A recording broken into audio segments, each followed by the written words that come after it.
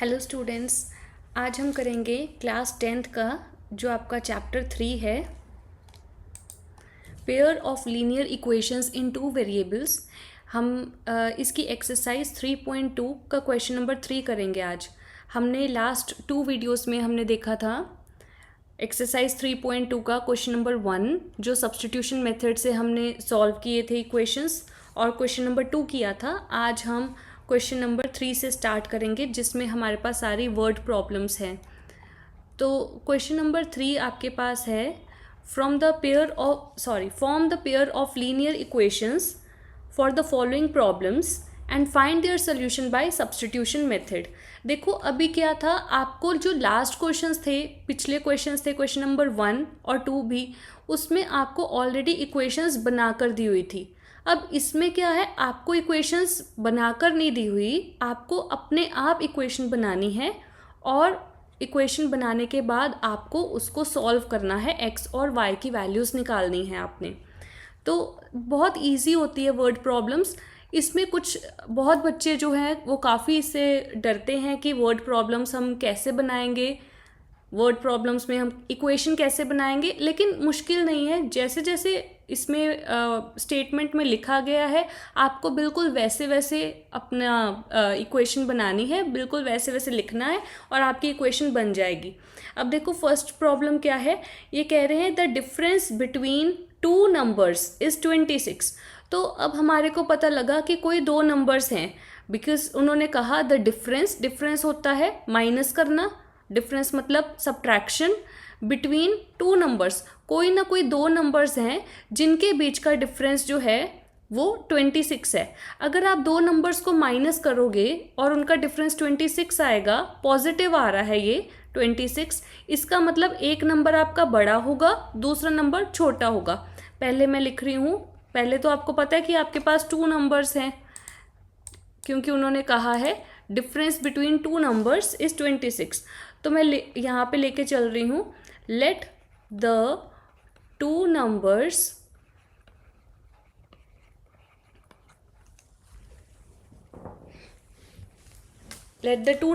B X and Y.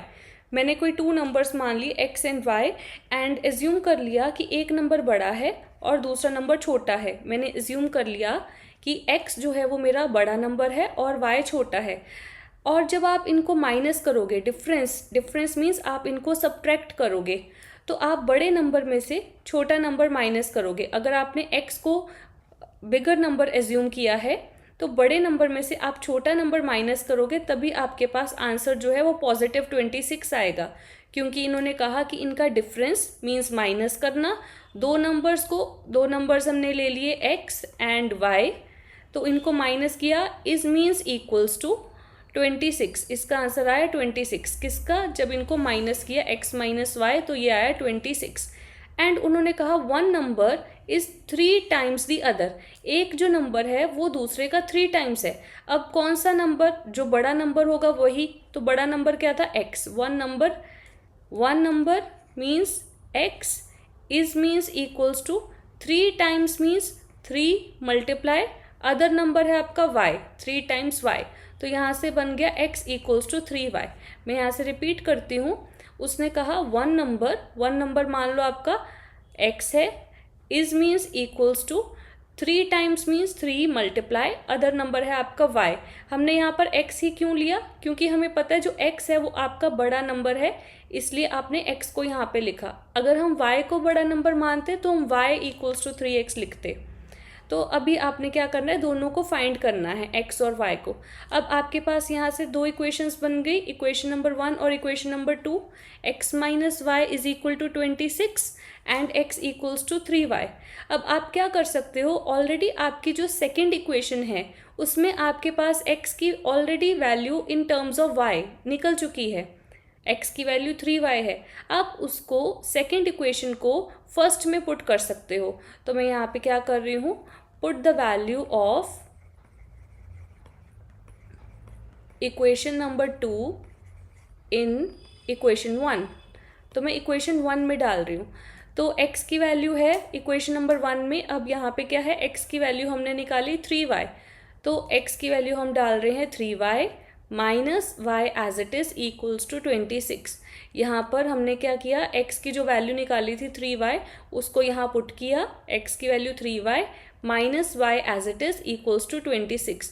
अब हम इसको सॉल्व करेंगे तो 3y माइनस वाई हमारे पास हो गया 2y इक्वल्स टू 26, और यहाँ से इसको सॉल्व करके आपके पास आ गया y equals to 26 divided by 2, तो y इज इक्वल्स टू 13। तो हमारे पास y की वैल्यू आ गई 13। अब हमने x भी निकालना है, तो जो आपने इक्वेशन नंबर 2 निकाली थी x इक्वल्स टू 3y वाली, ये वाली इक्वेशन नंबर 2 जिसमें आपके पास x की एक वैल्यू आ रही थी इन टर्म्स ऑफ y, आप दोबारा से y की वैल्यू जो अभी निकाली है इसमें पुट कर दो y की वैल्यू और आपका x भी आ जाएगा। तो put the value of y in equation number 2।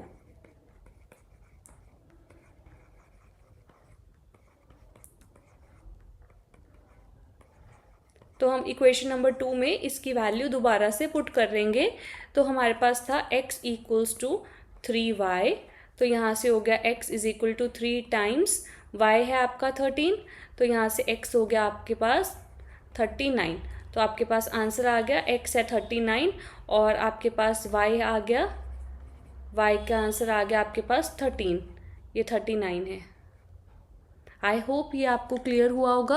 अगर कोई डाउट है तो भी आप मुझे कमेंट सेक्शन में लिखकर बता सकते हो। जो भी आपका डाउट होगा मैं कोशिश करूँगी आपको वहाँ पे रिप्लाई करने की, नहीं तो नेक्स्ट वीडियो में उस डाउट को क्लियर करने की। तो अभी सेकंड पार्ट देखो क्या है आपके पास।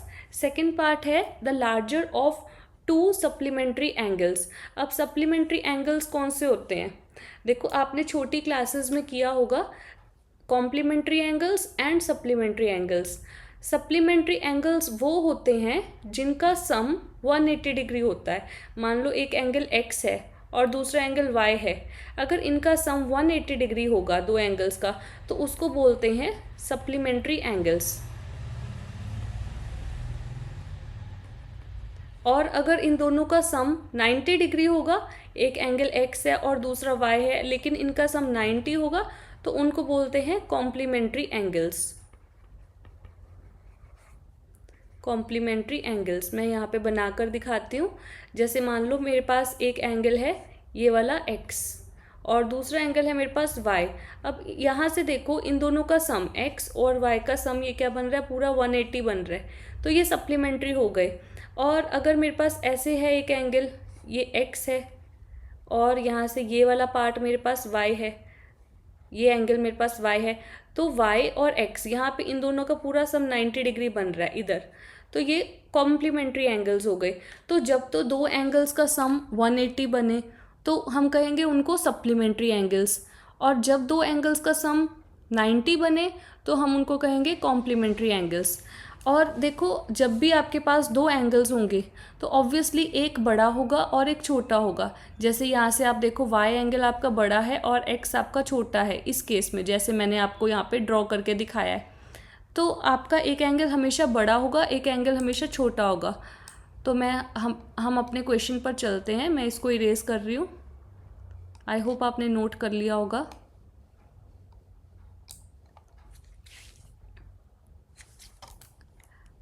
तो देखो यहाँ पर क्या कह रहे हैं, यहाँ पे कह रहे हैं the larger of 2 supplementary angles. तो पहले हम मान लेते हैं let the 2 angles be x and y, क्योंकि आपके पास दो एंगल्स की बात करी गई है तो उनको मान लो x और y। अब एक एंगल को वो कह रहे हैं कि बड़ा है, लार्जर है, तो हम मान लेते हैं x जो है वो बड़ा है y से। अब क्योंकि यहाँ पे उन्होंने बोला कि वो दोनों एंगल सप्लीमेंट्री भी हैं, तो सप्लीमेंट्री हैं अगर वो एंगल्स, तो x plus y is equal to 180 degree हो गया। Reason they are supplementary angles. देखो क्वेश्चन में लिखा नहीं होता सब कुछ कि x plus y is equal to 180 है, खुद से सोचना पड़ता है कि अगर सप्लीमेंट्री लिखा हुआ है तो हम उसकी इक्वेशन एक बना सकते हैं। तो यहाँ से आ गया दे आर सप्लीमेंट्री एंगल्स। अब उसने क्या कहा, जो बड़ा एंगल है, लार्जर एंगल है दोनों में से ऑफ 2 सप्लीमेंट्री एंगल्स, एक्सीड्स मतलब वो बड़ा है द स्मॉलर छोटे वाले से बाय 18 डिग्रीज। मीन्स अब हमने लार्जर कंसीडर किया x को, तो x जो है वो बड़ा है y से, तो x minus y is equal to कितना बड़ा है, बाय 18 डिग्रीज। ये मैं दोबारा रिपीट करती हूँ, द लार्जर हमने माना x को, एक्सीड्स मतलब वो ग्रेटर है, बड़ा है, y से, स्मॉलर एंगल से, कितना बड़ा है, बाय 18 डिग्रीज, तो इक्वल्स टू 18। तो फाइंड देम। अब हमारे पास फिर से दो इक्वेशंस आ गई, तो हम इसको नंबर 1 नेम देते हैं, इसको नंबर 2 नेम देते हैं। अब फिर से हम सब्स्टिट्यूशन मेथड का यूज़ करके अपना x और y की वैल्यूज़ निकालेंगे। तो मैं इसमें सेकंड इक्वेशन को यूज़ कर रही हूँ, यूजिंग इक्वेशन नंबर 2। तो इक्वेशन नंबर 2 का यूज़ करके मैं यहाँ से x की वैल्यू निकाल रही हूँ। तो x हो जाएगा 18 प्लस y, x आ गया आपके पास 18 प्लस y। अब जब x की वैल्यू आ गई यहाँ पे 18 प्लस y, इसको नंबर 3 नेम दे दो। तो अब हम x की वैल्यू, क्योंकि सेकंड में से निकाल ली है, तो अगर सेकंड में से निकाल लिए, इसको हम दोबारा फर्स्ट में पुट करेंगे। जिसमें से निकालते हैं उसमें नहीं डालते, जिसमें से निकाली वैल्यू वापस उसमें पुट नहीं करना, दूसरी वाली में पुट करना है। तो हमने इसको सेकंड में से निकाला। तो now put the value of equation number 3 in equation number 1। तो फर्स्ट इक्वेशन में हम इसकी वैल्यू को पुट करेंगे। तो फर्स्ट इक्वेशन है आपके पास x plus y equals to 180। तो यहाँ पे x की वैल्यू है आपके पास 18 प्लस वाई, तो यहाँ पे डालो x की वैल्यू 18 प्लस वाई, और ये plus y as it is equal to 180।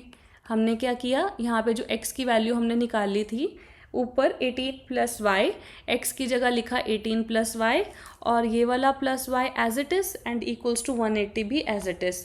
उसके बाद आप इसको सॉल्व करो, तो ये हो जाएगा 18 प्लस वाई हो गया 2y इक्वल्स टू 180, और यहाँ से हो जाएगा 2y इक्वल्स टू 180 माइनस 18। तो ये हो जाएगा आपके पास 2y is equal to 180 minus 18 हो गया 162।